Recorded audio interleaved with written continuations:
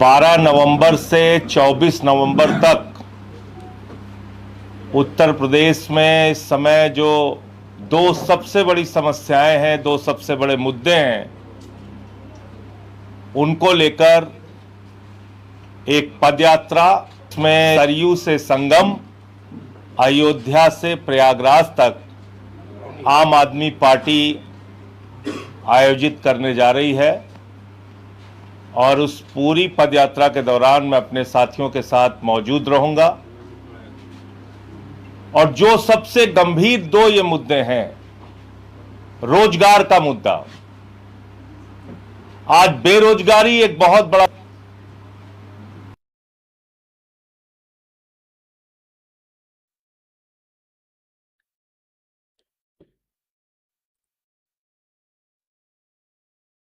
पूरे देश के जो आंकड़े हैं उसमें सबसे ज्यादा बेरोजगार अगर कहीं रहते हैं किसी प्रदेश में तो वो उत्तर प्रदेश है। पूरे देश में सबसे बड़ी संख्या बेरोजगारों की उत्तर प्रदेश में है। और जब आप बेरोजगारी की बात करते हैं तो हम सिर्फ सरकारी नौकरियों की बात नहीं कर रहे हैं। उत्तर प्रदेश में किसान को उसके फसल का दाम नहीं मिलता, खाद की बोरी की लाइन में लग के मर जाता है, वो कर्ज के बोझ के तले दब के आत्महत्या कर लेता है, किसी के पास बेटी की शादी का पैसा नहीं है, किसी के पास बच्चे की फीस का पैसा नहीं है।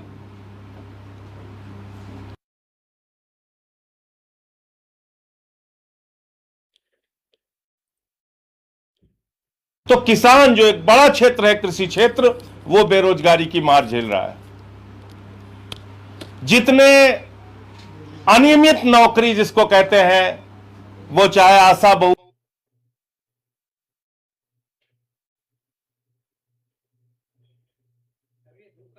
हुए हों, आंगनबाड़ी हों, शिक्षा मित्र हों, अनुदेशक हों, बड़े पैमाने पर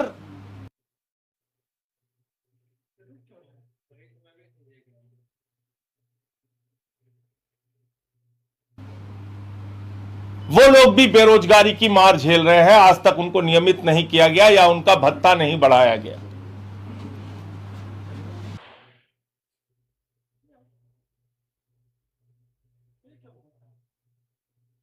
इसके अलावा शिक्षक, उनके तो आरक्षण में ही घोटाला कर दिया गया, पिछड़े वर्ग के आरक्षण को में घोटाला कर दिया शिक्षक भर्ती में।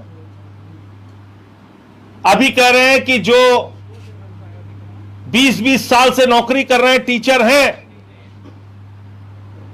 उनको भी टेट पास करना पड़ेगा। वो अलग तरह के संकट से जूझ रहे हैं। ऐसे हालात है कि आज बेरोजगारी की बात अगर हम करते हैं तो कुटीर उद्योग, लघु उद्योग, सूक्ष्म उद्योग से जुड़े हुए लोग, उनकी इकाइयां पूरी तरह से ठप हो रही हैं, बंद हो रही हैं। बुनकर समाज के लोग, नहीं है रोजगार उनके पास। मैं सबका आह्वान करता हूं, इस यात्रा में जुड़िए, आइए साथ मिलकर चलते हैं। ये 200 किलोमीटर की यात्रा आपके साथ करेंगे।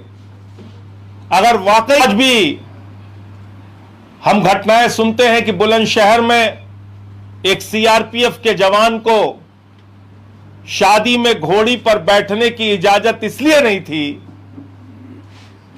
क्योंकि वो दलित समाज से थे। आज भी हम सुनते हैं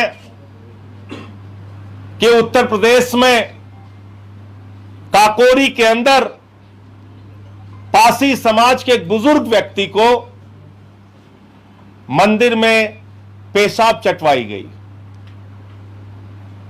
आज भी हम सुनते हैं कि नौकरियों के आरक्षण के मामले में, चाहे वो बांदा विश्वविद्यालय का मामला हो या लखीमपुर खीरी के कोऑपरेटिव बैंक का मामला, आरक्षण को खाया जा रहा है, उसको खत्म किया जा रहा है।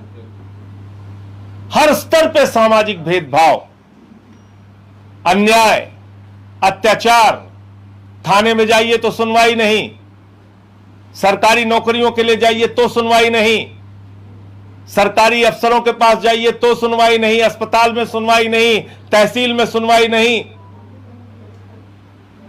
तो जब तक यह सामाजिक भेदभाव है उसके खिलाफ आवाज उठानी पड़ेगी। तो दूसरा हमारा सबसे महत्वपूर्ण मुद्दा है सामाजिक भेदभाव, सामाजिक अन्याय के खिलाफ सामाजिक न्याय दो।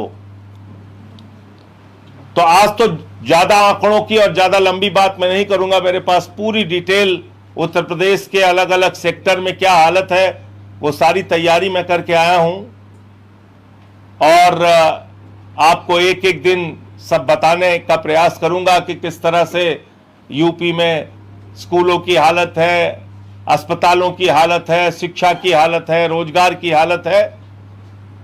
लेकिन इस यात्रा को लेके हिंदुस्तान के एक मशहूर गायक हैं अल्तमस फरीदी और एक बड़े शायर हैं, कवि हैं बिलाल भाई, उन्होंने एक गीत लिखा है। मैं चाहूंगा वो गीत आप लोग जरूर सुनिए। इस यात्रा का गीत है और जिन मुद्दों को लेके हम लोग निकल रहे हैं 12 से 24 नवंबर को, उन सवालों को लेकर ये गीत है।